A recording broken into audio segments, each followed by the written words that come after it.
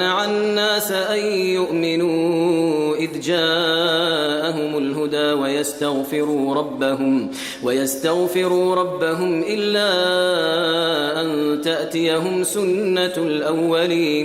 إلا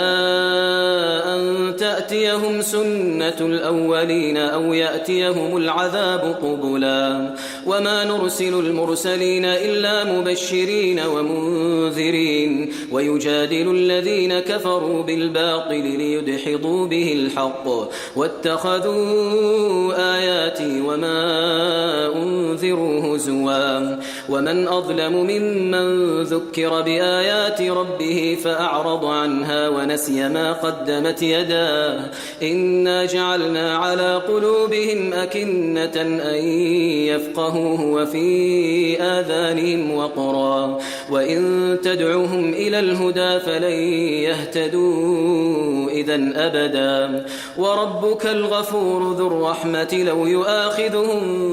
بما كسبوا لعجل لهم العذاب بل لهم موعد لن يجدوا من دونه موئلا وتلك القرى أهلكناهم لما ظلموا وجعلنا لمهلكهم موعدا وإذ قال موسى لفتاه لا أبرح حتى أبلغ مجمع البحرين أو أمضي حقبا فلما بلغا مجمع بينهما نسيا حوتهما فاتخذ سبيله في البحر سربا فلما جاوزا قال لفتاه آتنا غداءنا لقد لقينا من سفرنا هذا نصبا قال أرأيت إذ أوينا إلى الصخرة فإني نسيت الحوت وما أنسانيه إلا الشيطان أن أذكره واتخذ سبيله في البحر عجبا قال ذلك ما كنا نبغي فارتدا على آثارهما قصصا فوجدا عبدا من عبادنا آتيناه رحمة من عندنا وعلمناه من لدنا علما قال له موسى هل أتبعك على أن تعلمني مما علمت رشدا قال إنك لن تستطيع معي صبرا وكيف تصبر على ما لم تحط به خبرا قال ستجدني إن شاء الله صابرا ولا أعصي لك أمرا قال فإن اتبعتني فلا تسألني عن شيء حتى أحدث لك منه ذكرا فانطلقا حتى إذا ركبا في السفينة خرقها قال أخرقتها لتغرق أهلها لقد جئت شيئا إمرا قال ألم أقل إنك لن تستطيع معي صبرا قال لا تؤاخذني بما نسيت ولا ترهقني من أمري عسرا فانطلقا حتى إذا لقيا غلاما فقتله قال أقتلت نفسا زكية بغير نفس لقد جئت شيئا نكرا قال ألم أقل لك إنك لن تستطيع معي صبرا قال إن سألتك عن شيء بعدها فلا تصاحبني قد بلغت من لدني عذرا فانطلقا حتى إذا أتيا أهل قرية استطعما أهلها فأبوا أن يضيفوهما فوجدا فيها جدارا يريد أن ينقض فأقامه قال لو شئت لاتخذت عليه أجرا قال هذا فراق بيني وبينك سأنبئك بتأويل ما لم تستطع عليه صبرا أما السفينة فكانت لمساكين يعملون في البحر فأردت أن أعيبها وكان وراءهم ملك يأخذ كل سفينة غصبا. وأما الغلام فكان أبواه مؤمنين فخشينا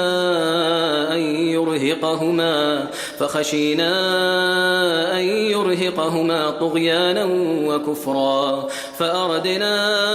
أن يبدلهما ربهما خيرا منه زكاة وأقرب رحما. وأما الجدار فكان لغلامين يتيمين في المدينة وكان تحته كنز لهما وكان أبوهما صالحا فأراد ربك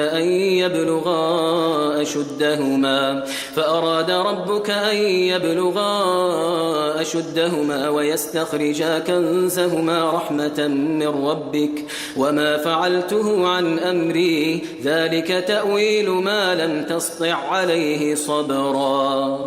ويسألونك عن ذي القرنين قل سأتلو عليكم منه ذكرا إنا مكنا له في الأرض وآتيناه من كل شيء سببا فأتبع سببا حتى إذا بلغ مغرب الشمس وجدها تغرب في عين حمئة ووجد عندها قوما قلنا يا ذا القرنين إما أن تعذب وإما أن تتخذ فيهم حسنا قال أما من ظلم فسوف نعذبه ثم يرد إلى ربه فيعذبه عذابا نكرا وأما من آمن وعمل صالحا فله جزاء الحسنى وسنقول له من أمرنا يسرا ثم أتبع سببا حتى إذا بلغ مطلع الشمس وجدها تطلع على قوم لم نجعل لهم من دونها سترا كذلك وقد أحطنا بما لديه خبرا ثم أتبع سببا حتى إذا بلغ بين السدين وجد من دونهما قوما لا يكادون يفقهون قولا قالوا يا ذا القرنين إن يأجوج ومأجوج مفسدون في الأرض فهل نجعل لك خرجا على أن تجعل بيننا وبينهم سدا قال ما مكني فيه ربي خير فأعينوني بقوة أجعل بينكم وبينهم ردما آتوني زبر الحديد حتى إذا ساوى بين الصدفين قال انفخوا حتى إذا جعله نارا قال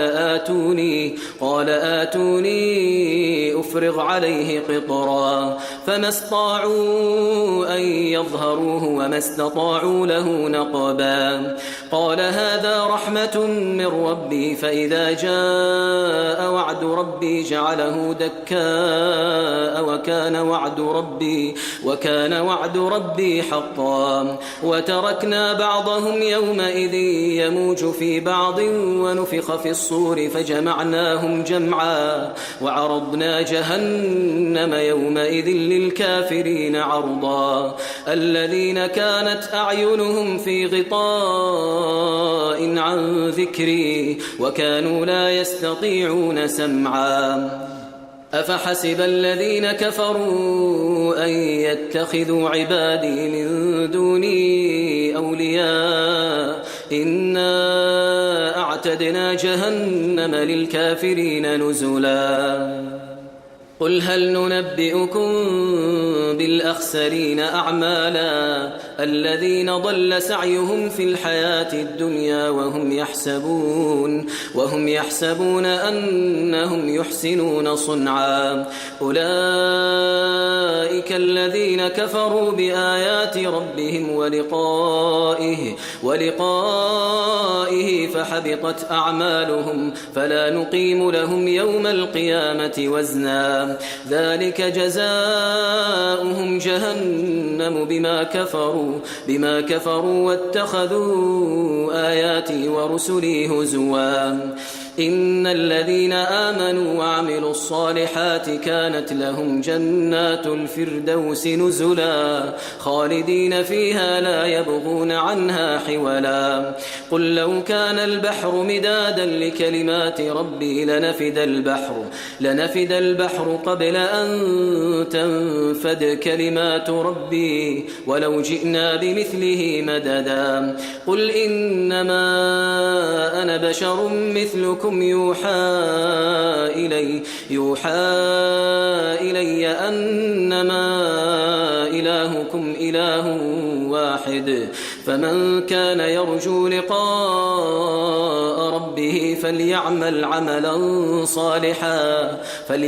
عملا صالحا ولا يشرك بعبادة ربه أحدا.